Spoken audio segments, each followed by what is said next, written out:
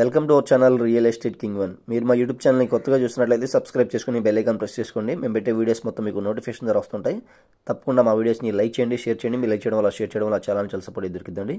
ఇప్పుడు మనం చూస్తున్న ఈ ల్యాండ్స్ వచ్చి తాడిగడప నుంచి పెదపులపాకు వెళ్ళే ఏరియాలో ఉన్న ల్యాండ్స్ అనమాట. పెదపులపాకు పంచాయతీ కింద వస్తాయండి.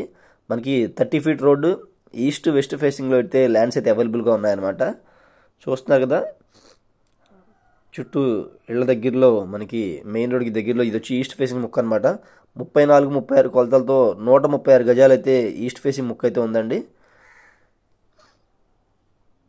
చుట్టూ వెంచర్స్లో మంచి ఏరియాలో అయితే ఉందన్నమాట. సెంట్ వచ్చి 11 లక్షలు అయితే చెప్తున్నారండి. ఇది వచ్చి వెస్ట్ ఫేసింగ్ ముక్క అనమాట. ఇది వచ్చి మనకి 30-40 కొలతలతో అయితే 132 గజాలు అయితే ఉన్నాయండి. 2 బిట్లు అయితే ఉన్నాయి. వెస్ట్ ఫేసింగ్, ఈస్ట్ ఫేసింగ్ అయితే ఒక బిట్ ఉంది. సెంట్ 11 లక్షలు అయితే దీని కాస్ట్ చెప్తున్నారండి.